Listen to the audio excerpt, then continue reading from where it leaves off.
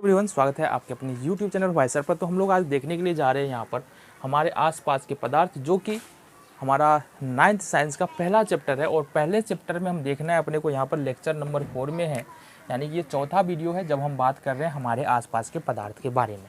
देखो, इससे पहले बहुत सारी बात क्या हमने कर लिया है। पदार्थ क्या होता है, पदार्थ के ठोस अवस्था के गुणों के बारे में हमने देखा है। इस वीडियो में हम देखने वाले हैं, या इस लेक्चर में बात करेंगे हम पदार्थ के द्रव अवस्था के गुण के बारे में।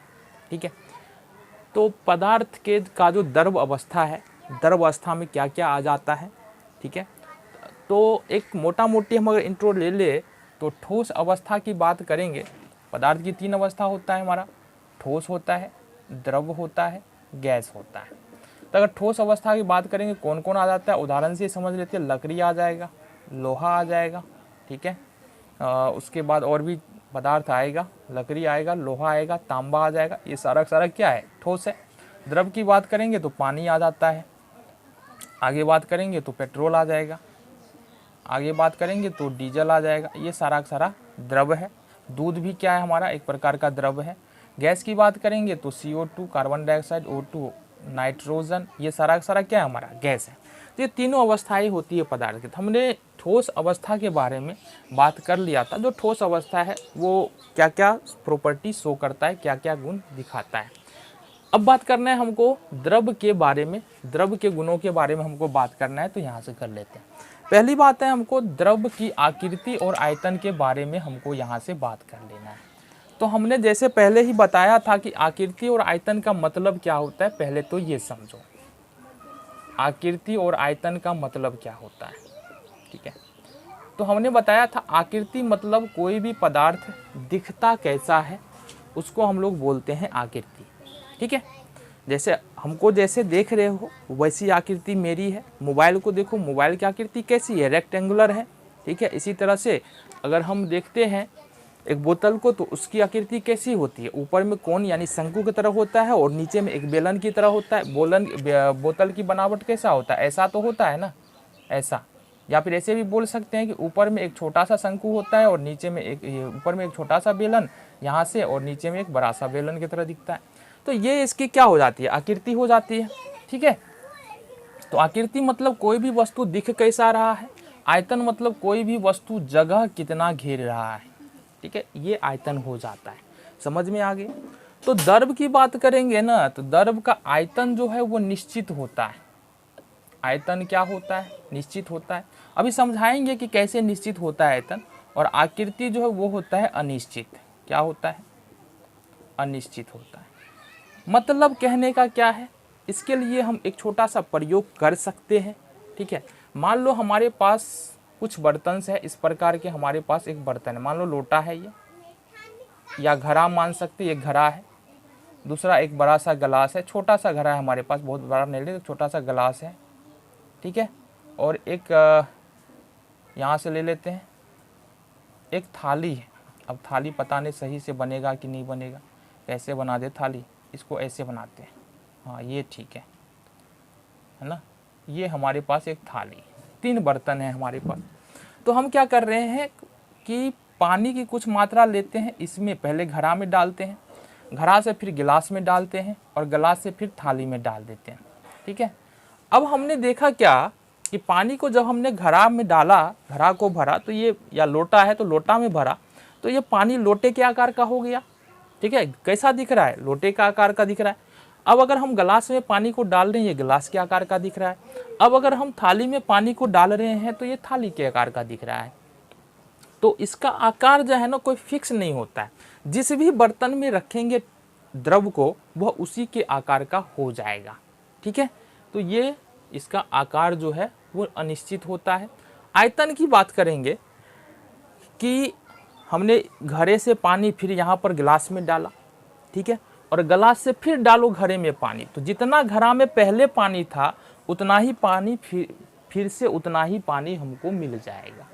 तो कहने का मतलब क्या है कि जगह, द्रव जो है जगह हर जगह समान रूप से छेकता है, जगह उतना ही छेकेगा, लेकिन आकार इसका बदलता रहता है। अब रीजन भी समझते हैं कि द्रव का आकृति अनिश्चित क्यों होता है जबकि आयतन निश्चित होता है।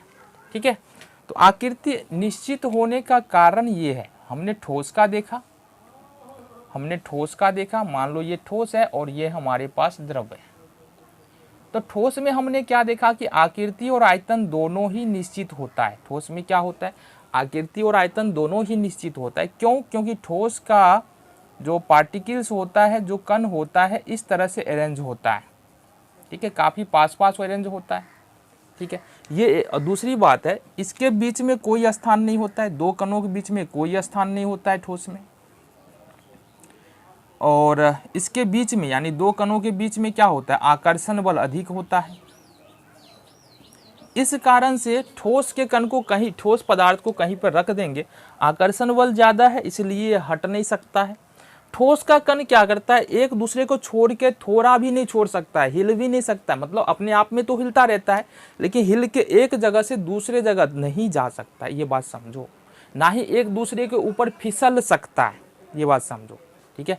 फिसलने का मतलब क्या है कि मान लो एक ये कण है, एक ये कण है, या इतना पास है। अब ये ठोस का अगर कण हो, बड़ा सा बना लेते हैं, मान लो एक ये कण है और एक ये कण है, ठीक है।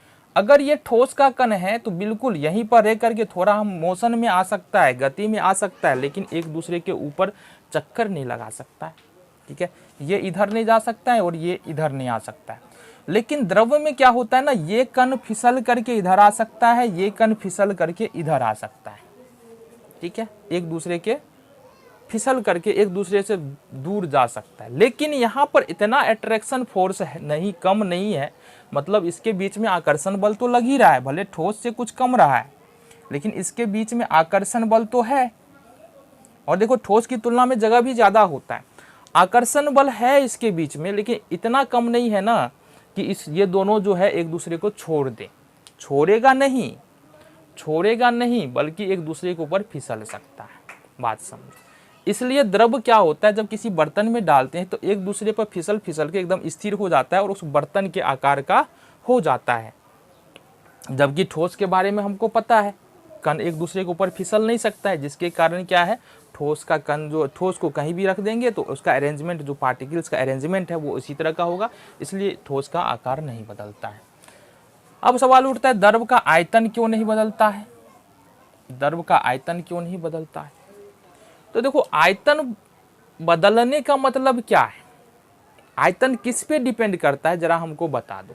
आयतन किस पे डिपेंड करेगा?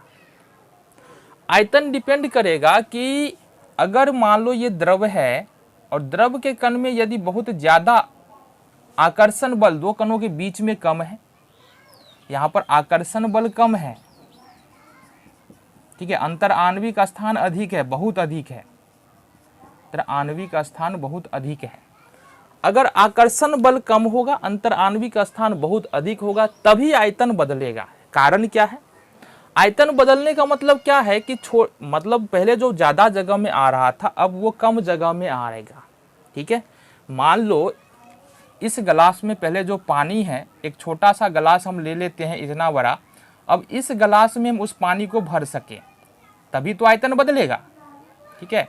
अब इस गिलास में जितना पानी है, मान लो ये 1 लीटर का गिलास है, इसमें जितना पानी है इसको हमको 250 ml के गिलास में डालना है। आयतन बदलने का मतलब तो यही हुआ कि जगह कम घेरना चाहिए या जगह ज़्यादा घेरना चाहिए।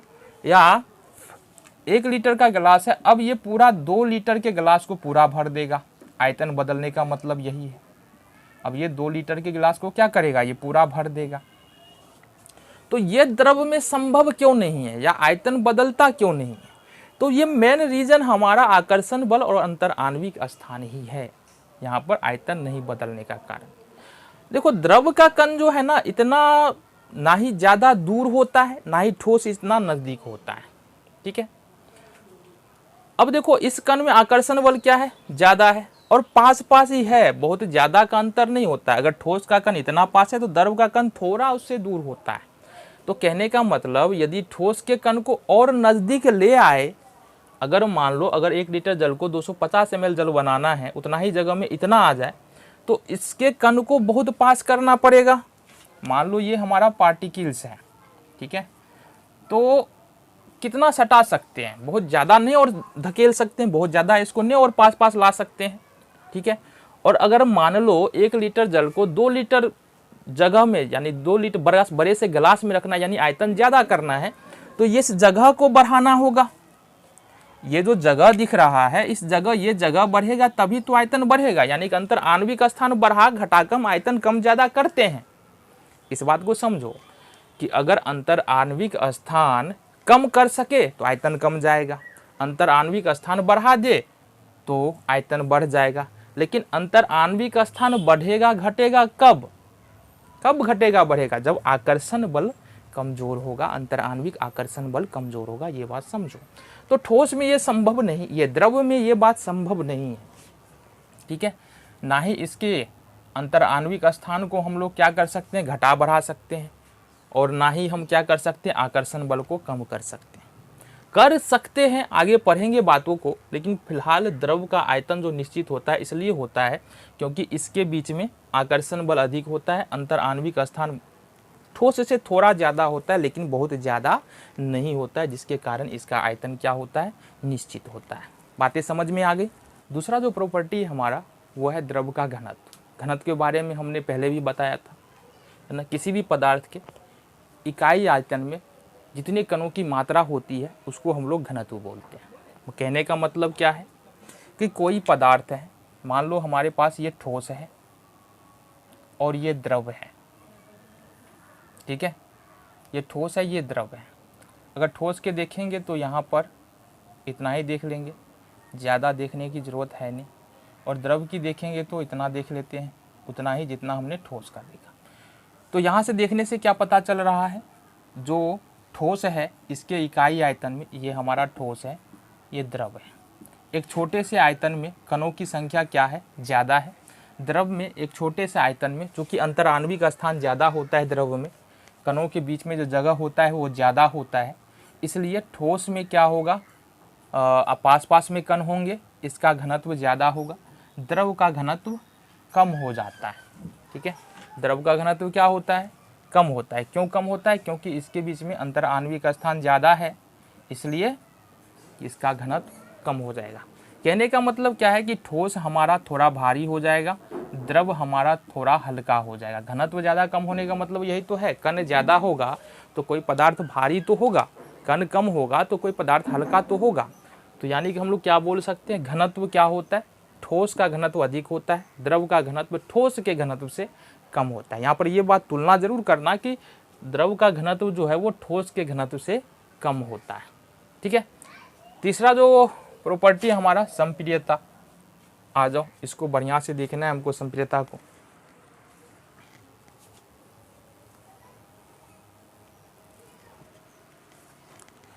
तो अगला जो प्रॉपर्टी हमारा 3rd नंबर का ये है हमारा संप्रियता।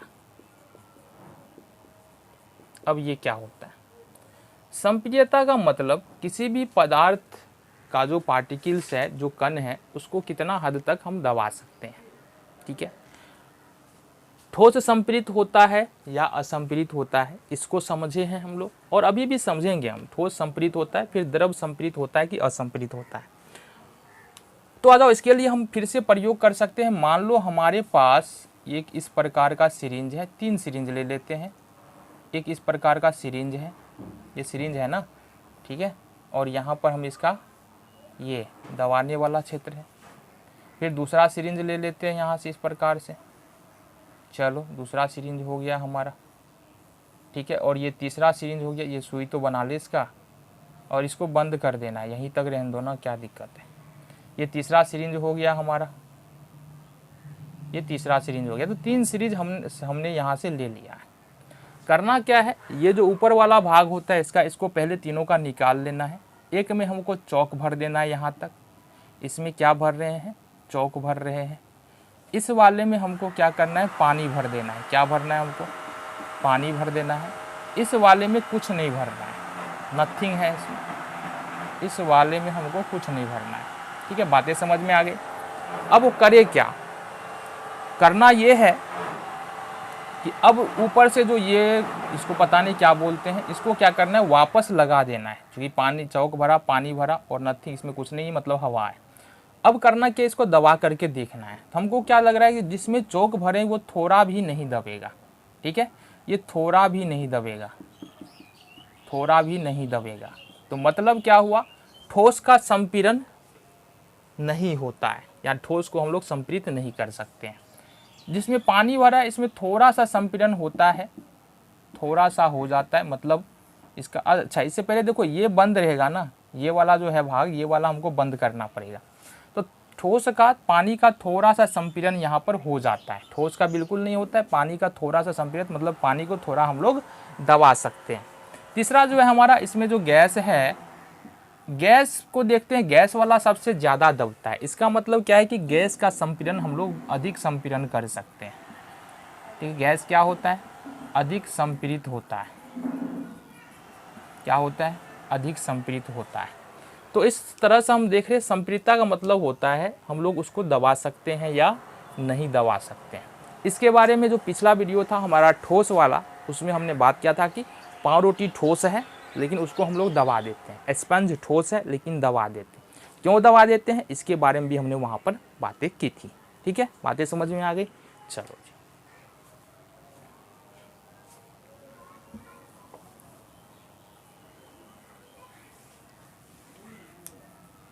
देख के मेरा क्यों हुस्न लगा, तो बोतल सजा।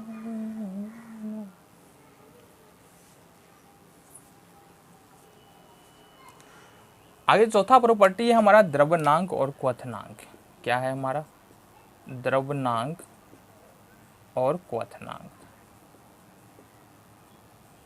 तो हमने इससे पहले भी बात किया है, द्रव्यनांक का मतलब है कोई भी पदार्थ किस टेम्परेचर पर जाकर के ठोस अवस्था से द्रव अवस्था में बदलना शुरू हो जाता है, उस ताप को हम लोग द्रव्यनांक बोलते हैं। ठीक है, और इस घटना को द्रवण बोलते हैं। ठीक है, यानी कि मेल्टिंग एंड बॉइलिंग, इसको इंग्लिश में मेल्टिंग बोलेंगे, इसको इंग्लिश में बॉइलिंग, पिघलना और उबलना। ये समझो, जिस ताप पर कोई पदार्थ पिघलने लगता है वो उसका पिघलनांक कहलाता है, या द्रव्यनांक बोल सकते हैं। जिस ताप पर कोई पदार्थ उबलने लगता है या खदकने लगता है, जिसमें से बुलबुली आने लगता है, वो उसका क्वथनांक कहलाता है। तो ठोस का या द्रव का बात कर रहे हैं ना, द्रव का द्रव्यनांक और क्वथनांक ठोस से क्या होता है, कम होता है। क्या होता है, कम होता है। द्रव्यनांक और क्वथनांक क्या होगा, ठोस से कम होगा। अब समझो बात को, कहने का मतलब क्या है, अगर मान लो ऐसे, तो अगर हम द्रव की बात करें तो द्रव का द्रव्यनांक होगा। अगर हम लॉजिक से देखें तो द्रव्यनांक मतलब क्या होता है, द्रव्यनांक मतलब हुआ ठोस से द्रव में बदलना, ठोस से द्रव में बदलना। तो द्रव को भाई किस में बदल सकते हैं, द्रव को थोड़ी ठोस में बदल, द्रव ठोस से द्रव में। अब चूंकि द्रव तो द्रव ही है तो उसका द्रव्यनांक होगा कैसे, इसको हम इस प्रकार समझ सकते हैं कि बर्फ जो है ना, बर्फ पानी ही तो है। अब बर्फ जब क्या करे, द्रव में जब बदलने लगता है तो ये हमारा द्रव का द्रव्यनांक कहलाता है। थोड़ा सा उल्टा पुल्टा है यहाँ पर। ठीक है, वहीं पर क्वथनांक की बात करेंगे, क्वथनांक मतलब उबलना होता है। तो द्रव का क्वथनांक क्या होता है, द्रव का क्वथनांक ठोस की तुलना में कम होता है। क्योंकि देखो, ठोस का अगर क्वथनांक यानी उबालना है ना, मान लो ये है लोहा, ये आयरन है। अब आयरन को तुमको उबालना है तो आयरन को पहले क्या करना पड़ेगा, पहले तो इतना गर्म करना पड़ेगा कि पहले जो है ना, इसको इतना, आयरन को इतना गर्म करो कि पहले ये द्रव अवस्था में आ जाए। और द्रव अवस्था में जाने के बाद जो है ना, ये क्या करेगा, उबलेगा। ठीक है, यानी कि लोहे को जब गर्म करेंगे तो द्रव अवस्था में जाएगा, फिर वह उबलेगा। तो कहने का मतलब क्या है कि इसके लिए तो टेम्परेचर ज़्यादा चाहिए होगा। अब आयरन को पहले क्या करना है, द्रव बनाना है, द्रव बना के फिर उबालना है, तो टेम्परेचर ज़्यादा चाहिए होगा। लेकिन अगर मान लो पानी है हमारे पास, वाटर है, वाटर को उबालना है तो डायरेक्ट क्या करेंगे, 100 डिग्री सेल्सियस पर जाएंगे तो ये फिर उबलने लगेगा। क्या होगा, ये उबलना शुरू कर देगा। ठीक है, ये उबलना शुरू हो जाएगा। तो द्रव्यनांक और क्वथनांक जो द्रव का होता है वो ठोस से क्या होता है, कम होता है। बातें समझ में आ गई। चलो जी,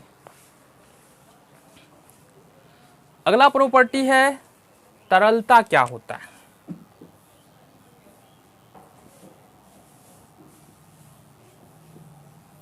अच्छा, तरलता को देखें ना, इससे पहले हमको ये भी बात कर लेते हैं कि द्रव का जो द्रव्यनांक होता है, जो क्वथनांक होता है, ठोस की तुलना में कम क्यों होता है, इसका भी रीजन है। सेम तरीका है वही पास, जो ठोस था हमारा, ठोस में कण का अरेंजमेंट पास पास होता है, कण का अरेंजमेंट पास पास होता है, और द्रव में कण का अरेंजमेंट थोड़ा सा दूर दूर होता है। इस प्रकार से कण का अरेंजमेंट यानी कण सजे होते हैं। तो जाहिर सी बात है, अगर इसको पिघलाना है, कोई ठोस फॉर्म में ही रहता है, जैसे लोहे को पिघलाना है, तो ये आकर्षण बल बहुत ज़्यादा है यहाँ पर। तो इसको तोड़ने के लिए क्या चाहिए, इसको तोड़ने के लिए हमको अधिक ऊष्मा चाहिए। समझो, ऊष्मा देते हैं तो द्रव के बीच में या ठोस के बीच में जो कण होता है उसमें जो आकर्षण बल होता है, जब हम ऊष्मा देंगे तो वो कमेगा धीरे धीरे, तभी तो ठोस द्रव में बदलता है। तो लोहे का ये आकर्षण, मान लो ये आयरन है, लोहा है, तो यहाँ पर आकर्षण बल बहुत ज़्यादा है, इसलिए यहाँ पर ताप हमको टेम्परेचर बहुत ज़्यादा लगेगा। मतलब क्या कि इसका द्रव्यनांक बहुत ज़्यादा होगा। जबकि पानी अगर ठोस अवस्था में आ भी जाए, द्रव है ठोस अवस्था में आ भी जाए, तो इसको पिघलाने के लिए क्या करना पड़ता है, बहुत ज़्यादा मेहनत हमको नहीं करना पड़ता है, मतलब इसका द्रव्यनांक कम होता है। दूसरी बात है क्वथनांक के बारे में बताए, तो इसको पहले तो लोहे को द्रव में बदलेंगे। द्रव में बदलने के लिए पहले इस बल को कमज़ोर करना पड़ेगा, जो अंतर आणविक आकर्षण बल है। इसके लिए पहले हमको टेम्परेचर चाहिए, फिर जब एक बार द्रव अवस्था में आ गया तो अब हमको और टेम्परेचर चाहिए और ताप चाहिए, जब ये खदकने लगेगा या उबलने लगेगा, तो इसके लिए हमको टेम्परेचर और चाहिए। इस कारण से ठोस का द्रव्यनांक और क्वथनांक क्या होता है, हाई होता है। तरलता मतलब फ्लूइडिटी होता है, तरलता मतलब फ्लूइडिटी या बहाव होता है। तो द्रव में हमको पता है बहने का गुण पाया जाता है। किसी भी द्रव को ले लो, अगर हम उसको उड़ेल देते हैं, नीचे गिरा देते हैं, तो बह करके एक स्थान से दूसरे स्थान चला जाता है। जैसे नदियाँ बहती है, पानी बहता है, तो क्यों बहता है ये, क्योंकि उसमें बहने का गुण पाया जाता है। बहने का गुण क्यों होता है, क्योंकि अभी अभी हमने बताया जो यहाँ पर जो पानी का पार्टिकल्स होता है, जो पानी के कण होते हैं, एक दूसरे के ऊपर फिसल सकते हैं। एक दूसरे के ऊपर क्या कर सकता है, फिसल सकता है ना। एक दूसरे को छोड़ेगा नहीं, एक दूसरे के ऊपर फिसल जाएगा। अब मान लो ये कण फिसल के इधर आ गया, ये कण फिसल के इधर आ गया, ठीक है। मान लो ये कण फिसल के यहाँ पर आ गया, देखो इस तरह से बात को समझो। ये कण फिसल के यहाँ पर आया, चलो ये यहाँ पर आ गया। अब ये कण फिसल के यहाँ पर आ गया, यही वाला कण सुनो, ये कण फिसल के यहाँ पर आ गया, ये यहाँ पर जो कण था वो फिसल के यहाँ पर आ गया। तो देखो ये दूर होता चला जा रहा है ना एक दूसरे के। इसी तरह से फिसलते फिसलते फिसलते फिसलते क्या होता है, पानी में बहाव बन जाता है ना। मतलब कण भागता है, पानी के पार्टिकल्स क्या कर रहा है, बहता है। और बहने के साथ साथ ऐसा नहीं अकेला बह जाएगा, जितना कण है ना, क्योंकि फिसलने का भी गुण होता है, तो जितना कण है सबको अपने साथ लेकर ही बहता है, एक दूसरे को छोड़ करके नहीं जाता है। बड़ा एकदम बहुत बढ़िया बात है इसमें, द्रवों के साथ में, है ना, एकता है, भाईचारा है, जिसके कारण एक दूसरे को साथ ही लेकर के चलता है। तो तरलता समझ में आ गया। विसरण के बारे में देखना है हमको, विसरण क्या होता है।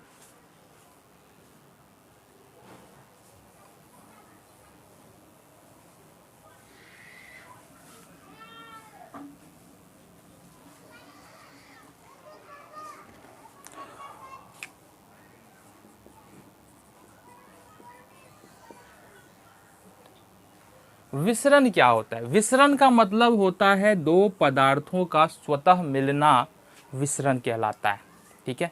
ठोस में विसरण हम जानते नहीं होता है, बहुत कम केस होते हैं जिसमें ठोस में विसरण देखने को मिलता है, होता है बहुत कम केस में होता है। दो ठोसों, मान लो ये दो मार्कर है, तो क्या दोनों मार्कर मिलेगा क्या आपस में, अगर रख दे 5 साल तक भी रख दे तो ये दोनों मार्कर मिल जाएगा क्या, नहीं मिलेगा। मतलब ठोसों का विसरण नहीं होता है। जबकि द्रव में विसरण संभव है। इसके लिए फिर से हम एक प्रयोग देख लेते हैं। मान लो हमारे पास एक कंटेनर यानी एक बर्तन ये है और दूसरा बर्तन ये है, ठीक है। फिर एक कंटेनर, एक गिलास बना लेते हैं यहाँ पर, और दूसरा गिलास हम इस प्रकार से यहाँ पर बनाते हैं, ठीक है।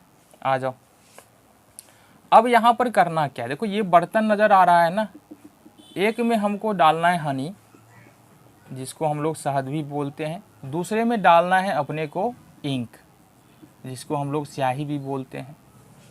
तो ये होगा क्या, हनी और इंक दोनों धीरे धीरे धीरे धीरे करके पानी में क्या होगा, पूरा फैल जाएगा।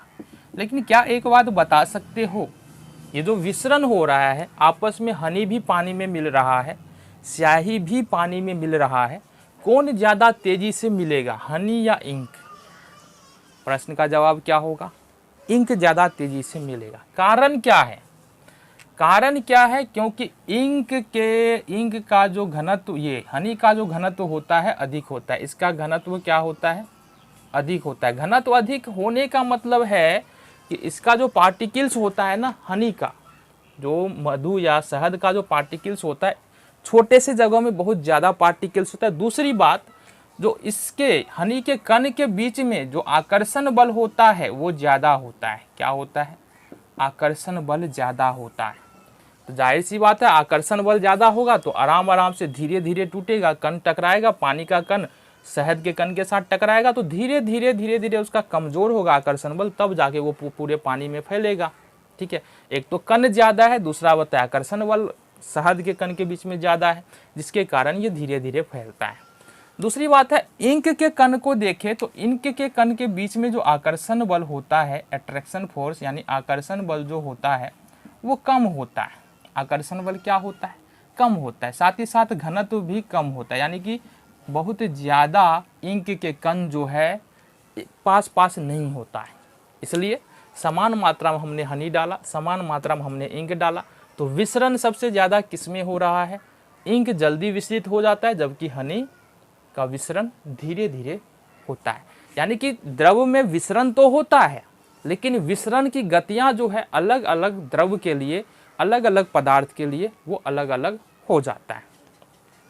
अच्छा, यहाँ पर कॉपर सल्फेट का एक टुकड़ा लेते हैं, CuSO4, कॉपर सल्फेट का टुकड़ा जिसे नीला थोथा भी बोला जाता है, नीले रंग का होता है।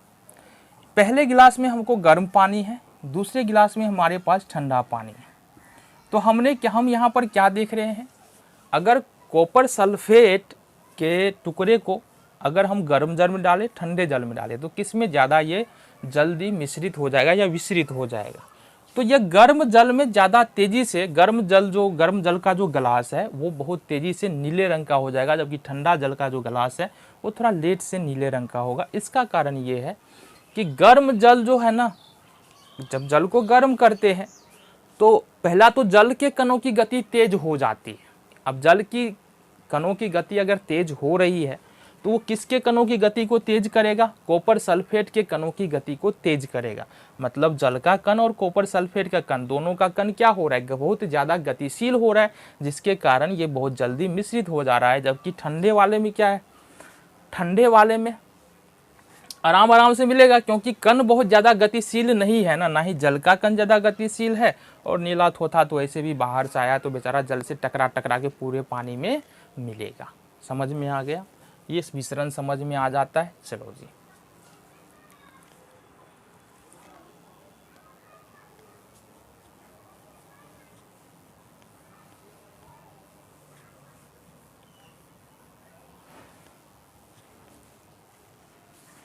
और अगला प्रॉपर्टी है हमारा द्रव का जमना। क्या, द्रव का जमना। ठीक है, देखो यहाँ से जब द्रव जो है ना, द्रव जब द्रव रूप से ठोस रूप में बदल जाता है तो वो हम द्रव का जमना कहते हैं। द्रव जब द्रव से ठोस रूप में बदल जाता है तो उसको हम लोग क्या बोलते हैं, द्रव का जमना कहते हैं। जैसे मान लो हमारे पास पानी है, ये वाटर है, वाटर को हम 0 डिग्री सेल्सियस पर अगर ठंडा करें तो यहाँ पर ये क्या बन जाएगा, ये आइस बन जाएगा, यानी कि ये बर्फ बन जाएगा। तो यह जो प्रोसेस है ये क्या कहलाता है, जमना कहलाता है। ठीक है, तो हम क्या बोल सकते हैं, द्रव का ठोस में बदलना जमना कहलाता है। पानी कितने डिग्री सेल्सियस पर जम जाता है, 0 डिग्री सेल्सियस पे जम जाता है और 100 डिग्री सेल्सियस पे उबलने लगता है। अगला टॉपिक है हमारा वाष्पन, लेकिन वाष्पन को हम इस वीडियो में कवर नहीं करने वाले हैं क्योंकि वीडियो बहुत लंबा हो जाएगा। वाष्पन को हम एक अलग सेपरेट वीडियो में, क्योंकि थोड़ा सा ज़्यादा बातें हैं वाष्पन में, तो वाष्पन को एक अलग सेपरेट वीडियो में करने वाले हैं।